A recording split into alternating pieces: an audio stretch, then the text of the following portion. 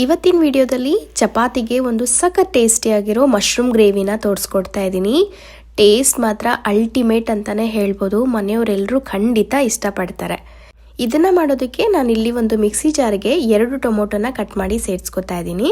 ಇದ್ರ ಜೊತೆಗೆ 8 ನೆನೆಸಿರುವಂಥ ಗೋಡಂಬಿ ಮತ್ತು ಚಕ್ಕೆ ಲವಂಗ ಏಲಕ್ಕಿನ ಹಾಕಿ ನುಣ್ಣಗೆ ರುಬ್ಬಿ ಪಕ್ಕಕ್ಕೆ ಇಟ್ಕೋಬೇಕು. ನಂತರ ಒಂದು ಪ್ಯಾನ್ಗೆ 2 ಟೇಬಲ್ ಸ್ಪೂನ್ ಎಣ್ಣೆ ಹಾಕಿ ಎಣ್ಣೆ ಬಿಸಿ ಆದಮೇಲೆ 1 ಟೀ ಸ್ಪೂನ್ ಜೀರಿಗೆ, 2 ಮೀಡಿಯಂ ಸೈಜ್ ಈರುಳ್ಳಿನ ಸಣ್ಣ ಸಣ್ಣದಾಗಿ ಹಚ್ಚಿ ಸೇರಿಸ್ಕೊಂಡು ಈರುಳ್ಳಿ ಎಲ್ಲ ಕಂದು ಬಣ್ಣ ಬರೋವರೆಗೆ ಚೆನ್ನಾಗಿ ಬಾಡಿಸ್ಕೋಬೇಕು. ನಂತರ ಇದಕ್ಕೆ 1 ಟೀ ಸ್ಪೂನ್ ಶುಂಠಿ ಬೆಳ್ಳುಳ್ಳಿ ಪೇಸ್ಟ್ನ ಹಾಕಿ ಈ ಹಸಿ ವಾಸನೆ ಹೋಗೋ ತನಕ 2 ರಿಂದ 3 ನಿಮಿಷ ಚೆನ್ನಾಗಿ ಬಾಡಿಸ್ಕೋಬೇಕು.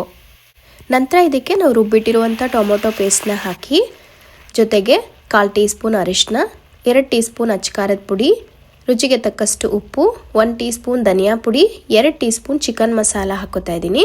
ಜೊತೆಗೆ ಅರ್ಧ ಟೀ ಸ್ಪೂನ್ ಕಾಳು ಮೆಣಸಿನ ಪುಡಿನ ಹಾಕಿ ಎಲ್ಲಾನು ಚೆನ್ನಾಗಿ ಮಿಕ್ಸ್ ಮಾಡಿ ಇದಕ್ಕೆ ನೀರು ಹಾಕ್ಕೋಬೇಕು. ನಾನಿಲ್ಲಿ ಅರ್ಧ ಕಪ್ ಆಗೋಷ್ಟು ನೀರನ್ನು ಹಾಕೋತಾ ಇದ್ದೀನಿ. ನೀವು ಕನ್ಸಿಸ್ಟೆನ್ಸಿ ನೋಡಿಕೊಂಡು ನೀರನ್ನು ಹೆಚ್ಚು ಕಡಿಮೆ ಮಾಡ್ಕೋಬೋದು. ಈಗ ಒಂದು ಲಿಡ್ನ ಕ್ಲೋಸ್ ಮಾಡಿ ಈ ಮಸಾಲೆಯಲ್ಲಿ ಎಣ್ಣೆ ಎಲ್ಲ ಬಿಡಬೇಕು. ಅಲ್ಲಿ ತನಕ ಒಂದು 5 ರಿಂದ 6 ನಿಮಿಷ ಆಗಾಗ ತಿರುಗಿಸ್ಕೊಳ್ತಾ ಕುಕ್ ಮಾಡ್ಕೋಬೇಕು. ನೋಡಿ, ಈಗ ಎಣ್ಣೆ ಎಲ್ಲ ಬಿಟ್ಟಿದೆ ಅಲ್ವಾ. ಈಗ ಇದಕ್ಕೆ ಸುಮಾರು 200 ಗ್ರಾಮ್ ಆಗುವಷ್ಟು ಮಶ್ರೂಮ್ನ ಸಣ್ಣ ಸಣ್ಣಕ್ಕೆ ಉದ್ದುದಕ್ಕೆ ಕಟ್ ಮಾಡಿ ಸೇರಿಸ್ಕೊತಾ ಇದ್ದೀನಿ. ಈಗ ಒಂದು ಲಿಡ್ನ ಕ್ಲೋಸ್ ಮಾಡಿ ಲೋ ಫ್ಲೇಮಲ್ಲಿ 8 ರಿಂದ 10 ನಿಮಿಷ ಕುಕ್ ಮಾಡ್ಕೋಬೇಕು. ನೋಡಿ, ಈಗ ಎಣ್ಣೆ ಎಲ್ಲ ಚೆನ್ನಾಗಿ ಬಿಟ್ಟಿದೆ ಅಲ್ವಾ. ಈಗ ಕೊನೆಗೆ ಕೊತ್ತಂಬರಿ ಸೊಪ್ಪನ್ನು ಹಾಕಿ ಮಿಕ್ಸ್ ಮಾಡಿ ಸರ್ವ್ ಮಾಡ್ಕೊಳ್ಳೋದು ಅಷ್ಟೇ. ನೋಡಿದ್ರಲ್ಲ ಎಷ್ಟು ಸುಲಭವಾಗಿ ಮಶ್ರೂಮ್ ಗ್ರೇವಿನ ಮಾಡ್ಕೋಬೋದು ಅಂತ.